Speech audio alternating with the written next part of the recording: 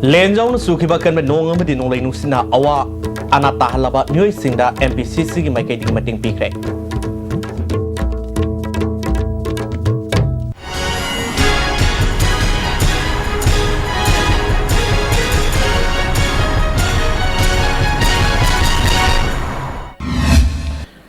Ming Tabi Sing Taram Noxabolo in a box and the Pizri.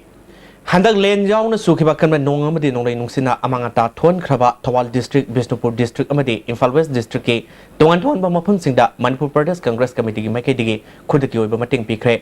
Ngarang Hing Power Sataki Bamating Piba Duda MPCC President Tian Haukif Vice President Didi Thaise Vice President Nambol Kendri MLA and local Amadi MPCC Office Bearer Kiana Sarukyaba Timaduna Bishnupur District Manung Senba Nambol Kongkham Sabalekai Nambol Maibam Oinam Kendri Kaino Double Makalekai Singma Mapam Singda Sanathan Polong Gayan Toki Kongset Aduga Marilena MPCC President Tian Haukif na Awana Tarba Sing the Mating Bang Bahibasi Party as Sigi told the Yadra Tabakni Hike.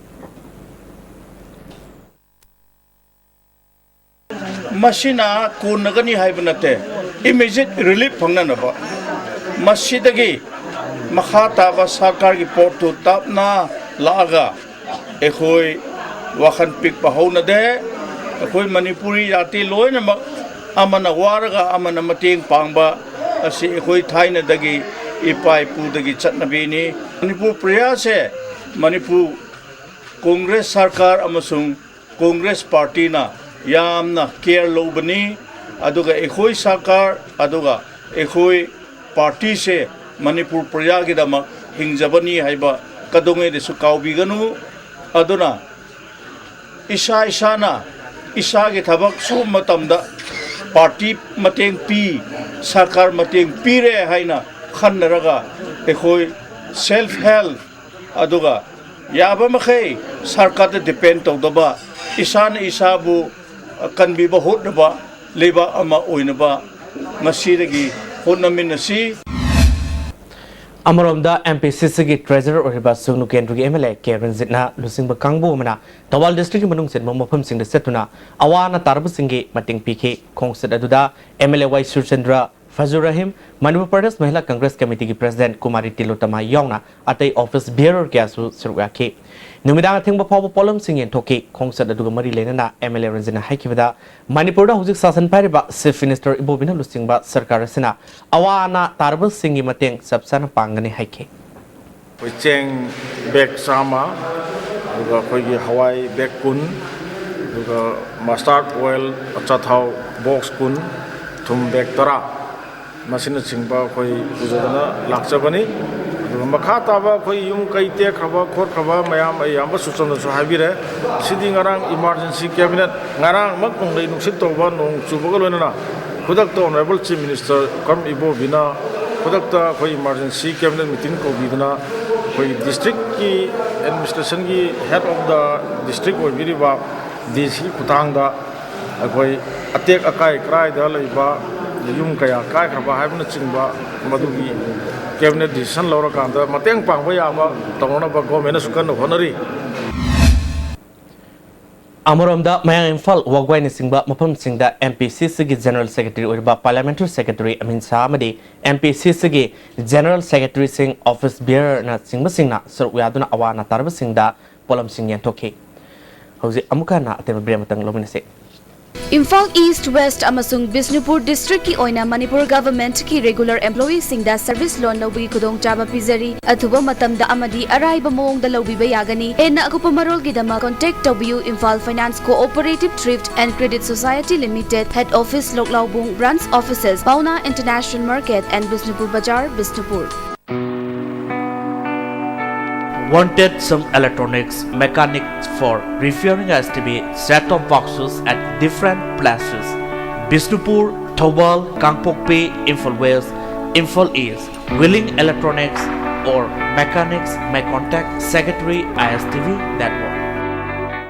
Unique Education, admission open. 3 months SA1 foundation course for CBSE class 9 and 10. 5 months foundation course for CBSE class 11 and 12 science. Vacation course for Navodaya, Sainik and outsiders CBSE school students. 3 months advanced course for CBSE class 11 science. Girls hostel at the same block. Jolib 100% natural syrup amasung capsule yu thakpadagi oirakpa awaba chaitheng hakjangi liver soklakpadagi kuchu sengaktaba haksang soktharakpa tumba chaba yaraktaba khong hamba nungaraktaba singbu phanba ngamba amata ngairaba upaidi Jolib syrup amasung capsule diabetes singidamakta Jolib capsule chabiu Break matung taramno seri Nomaibung all secondary Basas Patimum Peteranjan alias Koravin Shermakova say Kunmangarum Surba Nahama Kasom Kulendagi kilometer Kunlom Salagaleba Pomama Siduna Leramatongu Yaning of Fong Doctona Nomaibung all second Miam Wakan Mipam Setakre Wagan Mipamatuda Saru Yakibinu Piamana Miad Asida Senaba Maraleba Mui Simbo Faduna and Yoba Serak Piu Hena David OK. Topangam never support of you, Sarkanasu, Perzassing as Mating Pambio. Magi misi se yam yaning de akhui punamak na yam nungai te magi isam sam nupi macha khunjigi kasung khulen haiba khunjigi nupi macha ma khak nungsi jabagi damakta nupi duna kaura sakhimani aduga sumaina si ra phange haiba se kanana yaning doino kanana nungai doino si khatang haijani Lenga ki khusemda niyam chumdabana isawno angam amangata kaya thoale haina Konthozum Local Council Communist Party of India na tadropasirolmana khanglakle Matam sana suba nong dagi isaw thokiduna miyam gilan thum kaya mangan kre awana tarba singi mapam singda CPI Konthozum kendri mioi singna satuna yengsin kre kamongda thokiba isaw aduna lemkhong turel amasung turel adugi masamareng sing ising pathorok padagi kamongda upaki thong ama tawthakre yum yangkhai henbagi imungda ising haijin kre labukta hawa manama sing kaya amangata thon kre awana tarba singi damakta marilina sarkari loisang singna mieng sangbinaba arpil torle Hoji amukan natin mabrema tang nominasi. Manipur gi ahanba beautification center mafam sida mahing uring unsa khoiba ariba dakfam phahanba ngami tattoo mole freckle na jingbasu lauthokpa yai hakjang gi ahenba fat pamdaba body gi hair lauthokpa yai ngasi mag unabiu Dr. Madhubala Laser Beauty Clinic MZ Avenue Imphal Delta Tutorials for CBSE. Admission open. Class 9, 10 and 12 Science from April 4. Class 12 Arts from May 4. Class 11 Science from June 6. Vacations course for Navodaya and others from May 4. For detail, please visit Delta Tutorial between 6 am to 7 pm. Adung karigumba awabasing asi mayungnaba thoklaba maroi marang yamna yawba chunjak chaba mapalda toina chaba liverda akaiba laklaba natraga livergi mapangan chontharakpa tarabasu karishu waningai leitre lifsaf syrup sijinabiu adungi awaba punamak koknabigi pambaini diabetic na naraba anabasing nasu sizinaba yaraba lifsaf capsule shu phangbigani lifsaf syrup amadi lifsaf capsule naraga laing babudi narjingai da saksal hobana hena fai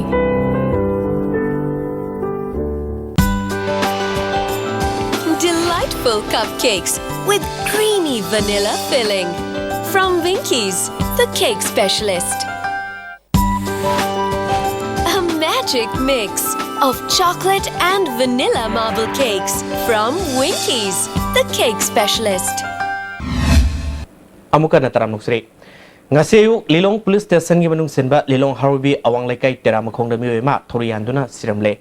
Lekhidrba miwe tudi Sagol Sem Prasanta Elias abung sahi kulumdoi apopa Sagol Sem Rosan kawa namar pam lekai degini.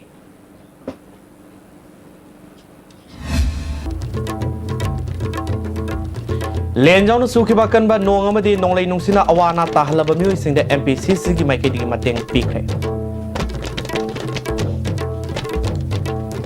Hausi ki di estim na piso pau matang suluzire. Meng tabri puno pom ka na kumtare.